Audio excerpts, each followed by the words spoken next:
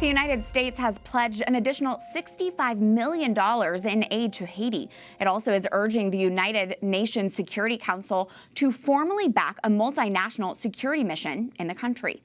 According to U.S. Secretary of State Antony Blinken, the money will bolster police along with logistical support to stabilize the country.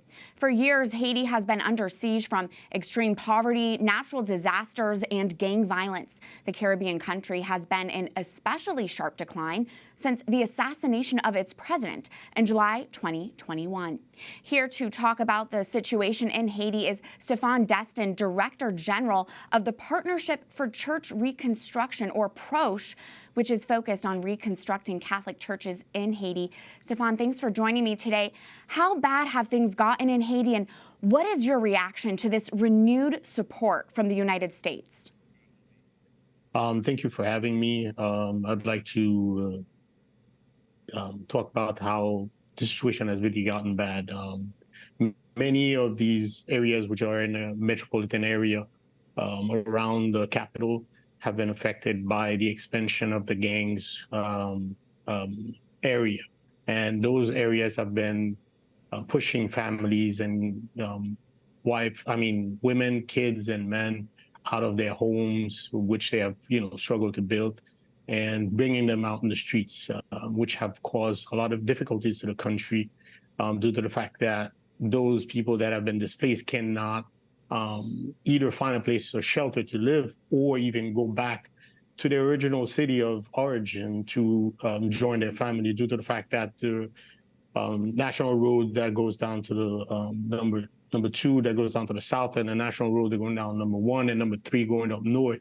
All these areas and major road has been controlled by gangs. So right now we have facing a critical situation where kidnapping is on a daily basis affecting families and destabilizing the financial institution and causing major issues within the country.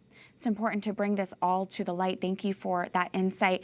And speaking about the U.S. support for Haiti, the money is one thing, but people have given money to Haiti before just for it to be wasted by corruption, for example. So, Stephan, can you speak to how critical is it that this multinational group get the security mission correct and help to stand up the police and good actors in the country? In the past, there have been a lot of aid released to the country. There have been also a lot of interventions from the U.S. Army and also from the United Nations. A lot of them have missed their target. A lot of them have missed their objectives. I think right now it's very important that this mission or whatever aid that would come from the United Nations or from any other country really targets the key issues and the key problems that Haiti is facing. Because right now, the money is very important. These are things that will resolve some key issues, getting resources for the police and being able to control the gangs from expanding their particular area. But right now, the funding that have been identified, those are not I would say key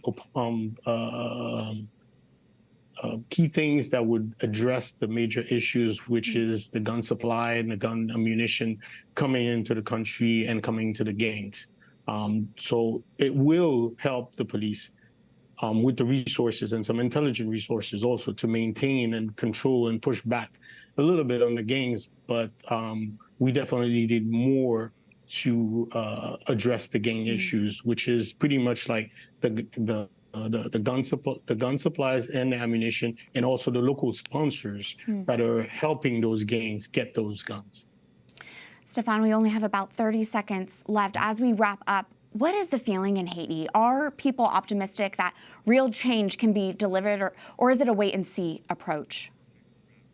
I think it's a little bit of both. Some people are in a little bit of wait and see. Others that really understand what's going on and have a vision of where the country needs to go also have some optimistic point of view right now. Because the idea of Haiti is not something that can be resolved with a quick change. There needs to be some key elements that are on the table to address the short terms, which is the insecurity and the problems that we have with the local government and the opposition leaders not being able to get along, and the long-term solutions, which are education, agriculture, environment, and then creating an environment to create jobs for the country and explore also our natural resources so that we can deal with other countries. A lot more work to be done. Stephan, thank you for your time and insight. Thank you very much for having me.